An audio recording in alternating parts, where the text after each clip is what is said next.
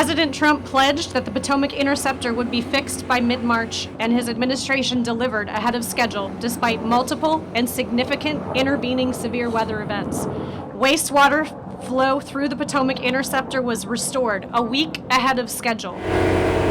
Environmental remediation work has already begun, and this work can accelerate now that the Interceptor is functioning in place of the temporary emergency bypass. At EPA, as the lead federal agency, we've focused our efforts on coordinating federal activities, oversight of the repair, and environmental remediation. Our next step is completing environmental remediation work in time for America 250 activities. This is simply a moment to celebrate that the wastewater is back into the Potomac Interceptor, a milestone that we've achieved, but we will be here with our foot on the gas until the site is fully remediated.